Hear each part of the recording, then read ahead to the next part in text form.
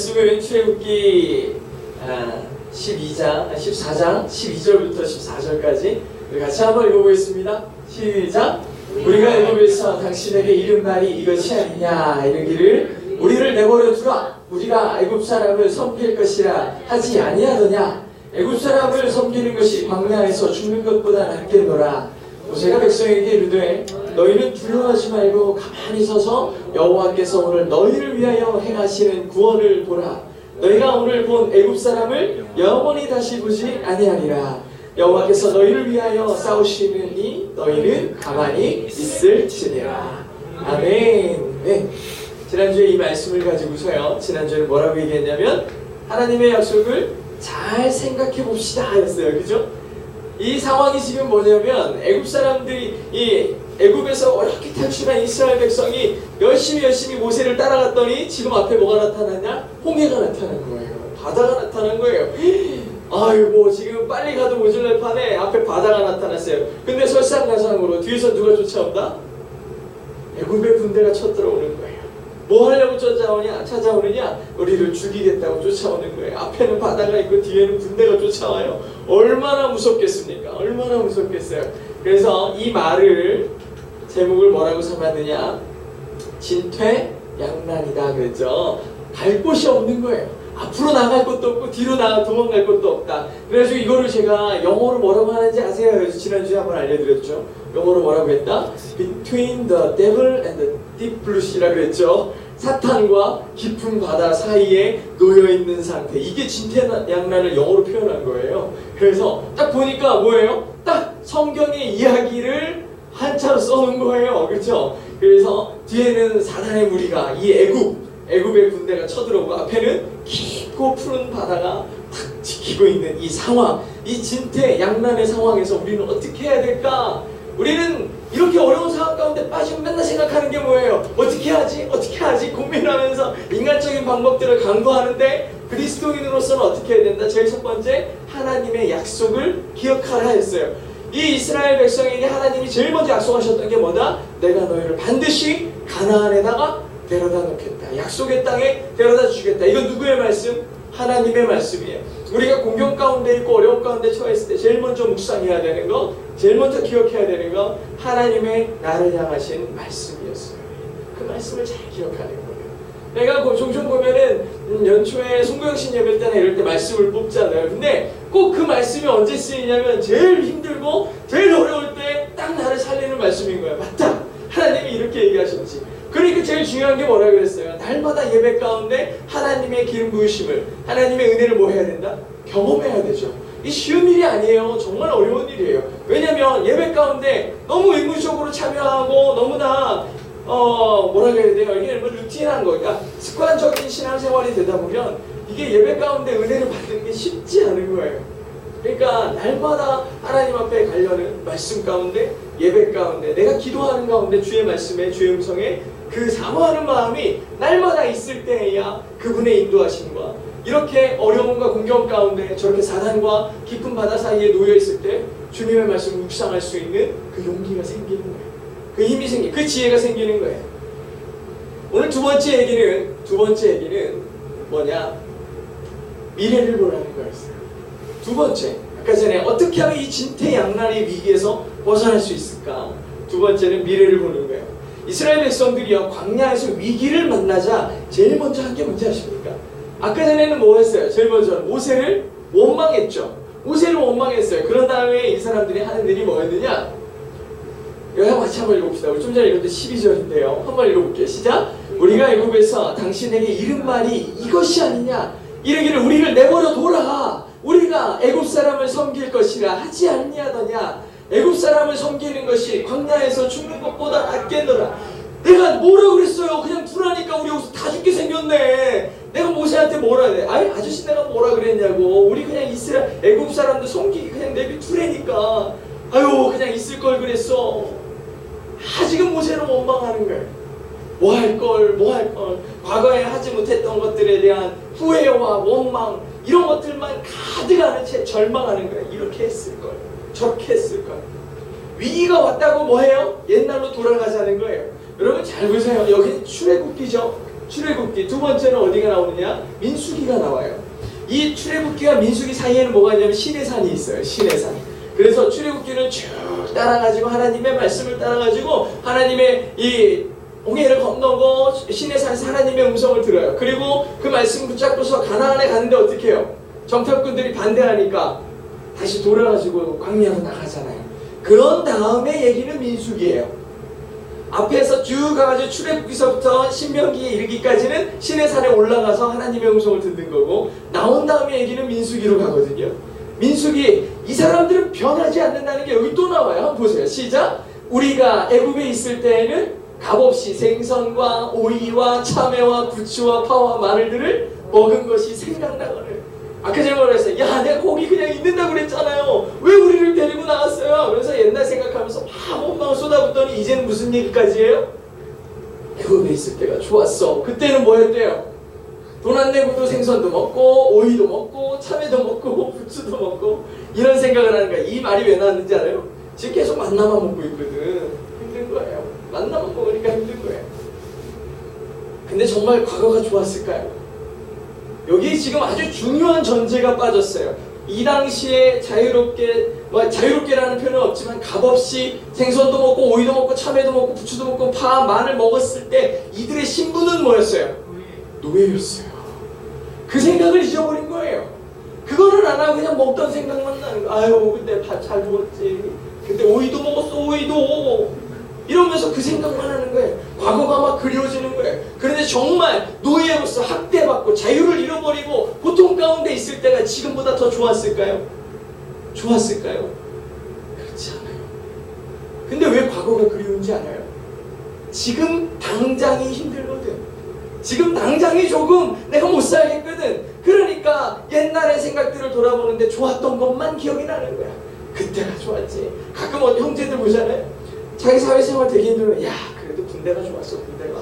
야, 군대 있잖아? 군대 있으면 가만히 있어도 밥 줘. 가만히 있어도 옷 줘. 월급도 줘. 이러니까 얼마나 좋아. 아무 걱정 없어. 이렇게 얘기해요. 그럼 다시 군대 가. 그럼 뭐라 그래요?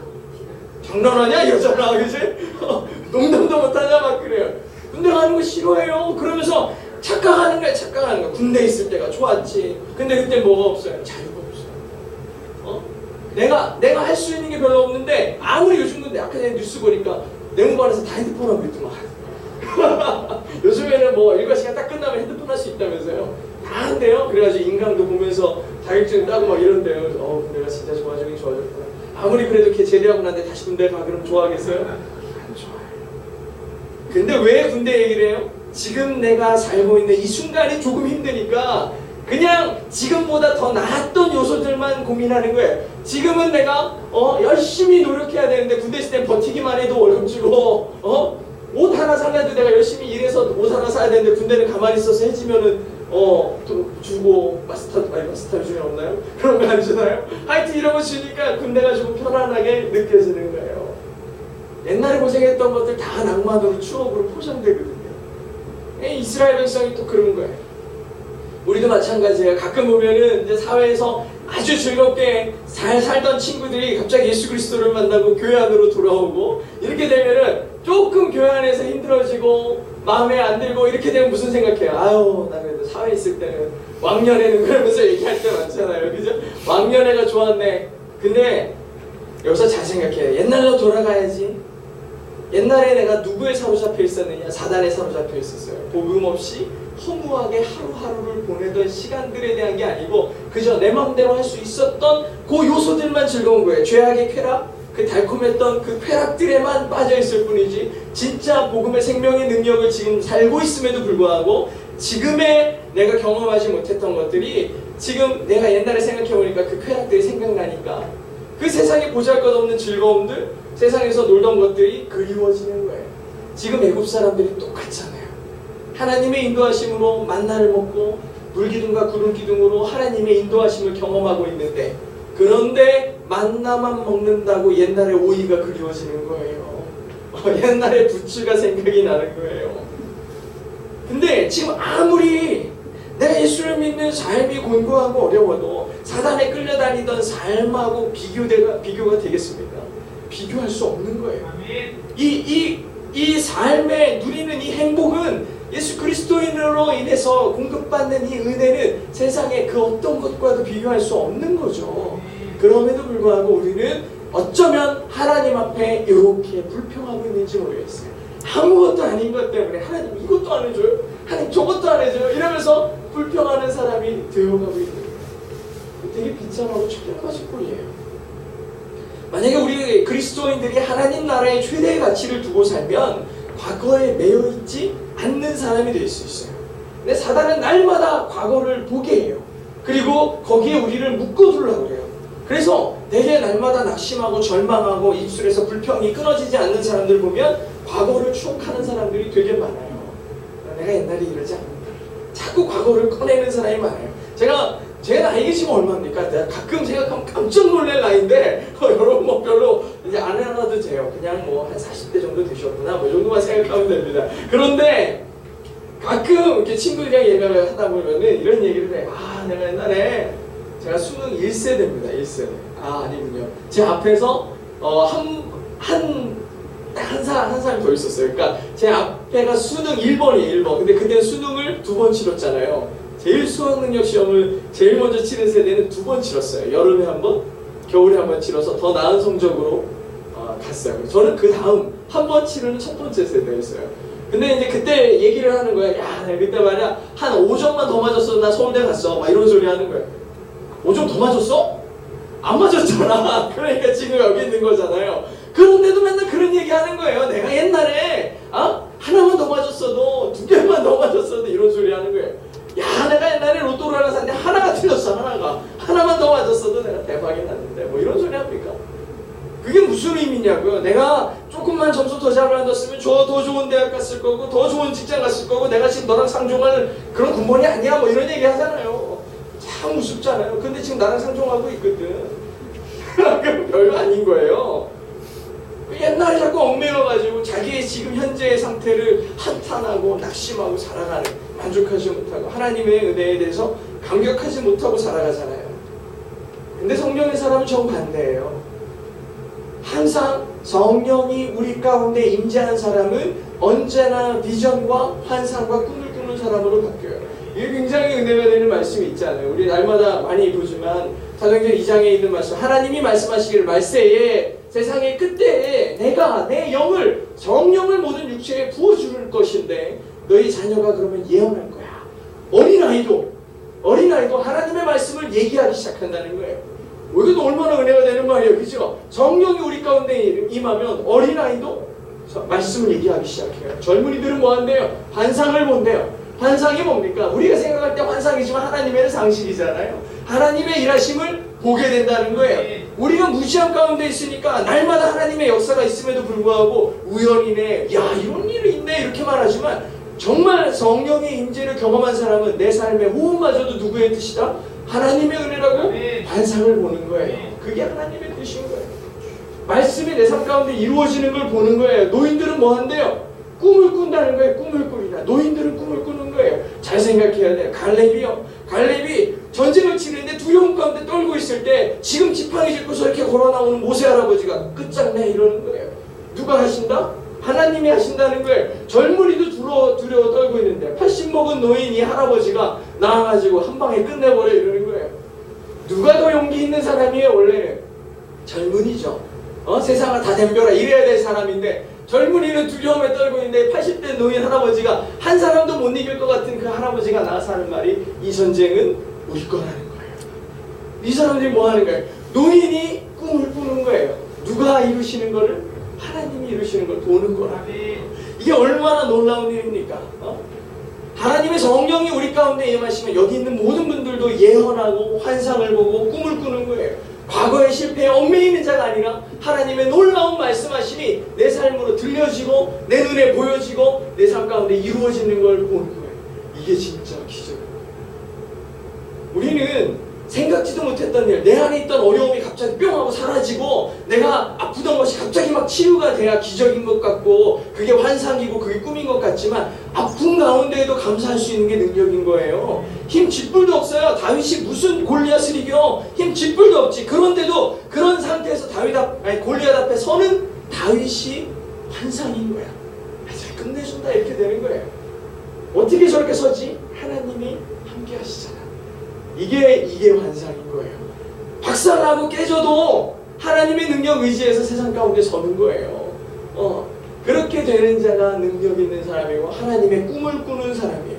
성령이 충만하잖아요. 70세 80세 돼가지고 뭐만 하려고 그래. 아이고 나는 할머니인데 왜 나한테 시키나, 이게 아니에요.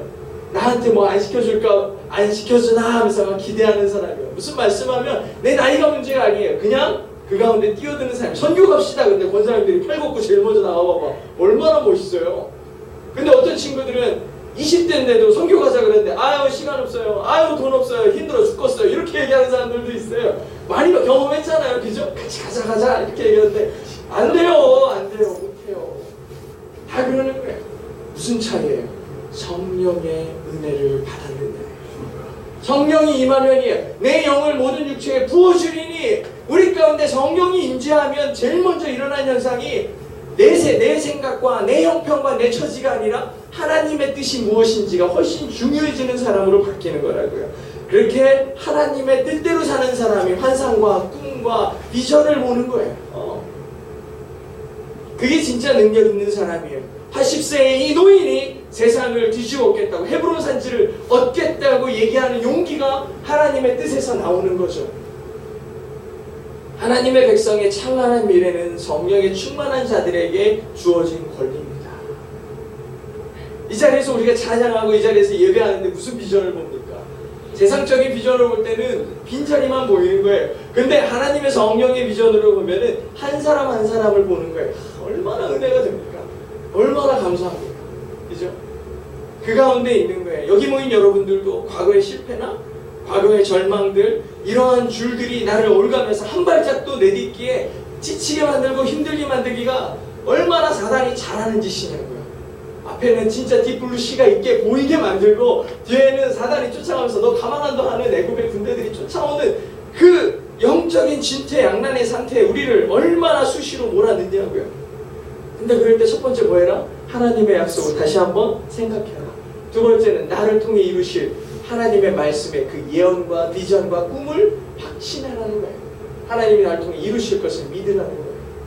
그렇게 하면 하나님께서 그 보여주신 비전과 꿈과 그 환상을 통해서 이것이 분명히 이루어질 것을 믿기에, 하나님이 하실 것을 믿기에 그 믿음이 나를 살게 하고 그 믿음이 나를 삶을 이겨내는 능력으로 여겨주신다는 거예요. 그 용기를 가지고 사는 사람이 세상에서 승리하는 사람입니다. 아멘. 그렇게 잘 살아서 승리하신 여러분 되시길 주의 이름으로 축복합니다. 오늘은 원래 제가 설교를 되게 짧게 여기까지 딱 하는 걸로 끝내려고 해요. 되게 은혜가 되죠. 설교를 한 50분 하면 주여, 아무리 좋은 말씀도 이렇게 오래 들으면 은혜가 안 되는데 그렇던데.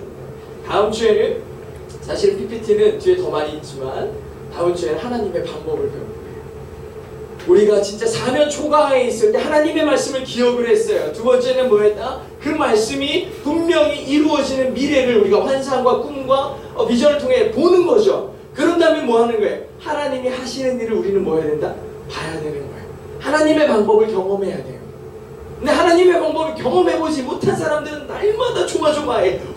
어떻게 하지 이래요. 근데 정말 선교를 갔다 오고 막 비전 트립 같은 거 갔다 온 친구들 보면은 여유 있는 친구들 되게 많아요. 왜냐면 지금 내가 겪는 어려움 따위는 사실은 거기에서 겪었던 거에 비하면 아무것도 아닌 거야. 그러니까 그 어려운 상황 가운데서도 생각지 못한 방법으로 해결하시는 하나님을 봤잖아요. 이스라엘 민족 지금 홍해 앞에서 이 바다가 갈라지는 걸 보잖아. 그러면 그 다음에는 홍해가 있어도 무슨 생각이 들어요? 야, 내가 그냥 바다로 뛰어들어서 이게 갈라지지 않으면 뭐야, 내가 날아가겠지, 뭐 이런 생각하겠죠. 하나님이 나를 들어서 옮기시겠지, 이런 생각이 들겠죠. 강으로 뛰어드는데도 문제가 안 돼. 왜? 강이 멈추거든. 이런 경험들을 보는 거예요. 경험이 중요해요. 뭐를? 하나님이 일하시는 방법을 보는 경험이 중요해요. 그래서 다음 시간에는 하나님의 방법을 지켜보도록 하겠습니다. 오늘 이 시간에 우리 함께 이 주어진 말씀 잘 기억하시면서, 하나님, 내가 주의 말씀이 내 삶 가운데 적용이 되고 내가 말하는 것이 하나님의 이 말씀이 되어서 그것이 예언이 되고 환상이 되고 꿈이 되는 것을 보게 하여 주시옵소서. 내 삶 가운데 이루실 주님의 놀라운 역사를 보게 해달라고 성령의 조명하심을 통해 우리의 어두운 눈이 밝아지고 우리가 사랑과 저 깊은 푸른 바다 가운데 그 가운데서 두려움에 떨고 있을 때 주님의 역사하심이 있기를 소망합니다. 이렇게 이 이야기들을, 이 말씀들을 잘 생각하시면서 우리 잠깐 한번 묵상하면서 기도할게요. 하나님, 내 삶 가운데 역사하시는 주님을 기대합니다. 하나님 아버지, 우리의 연약함을 누구보다 잘 아시는 하나님께서 우리를 붙잡아 주시옵소서. 나를 붙잡아 주시옵소서. 2019년 한 해를 주님께서 분명히 꿈과 환상과 비전을 통해 우리에게 보여주실 터인데 지혜 있게 하시고 아버지 안에 우리 어두운 눈이 열려서 하나님께서 보여주신 그 미래 가운데 순종하며 나아가게 하여 달라고 잠깐 우리 기도하면서 먼저 나아가겠습니다.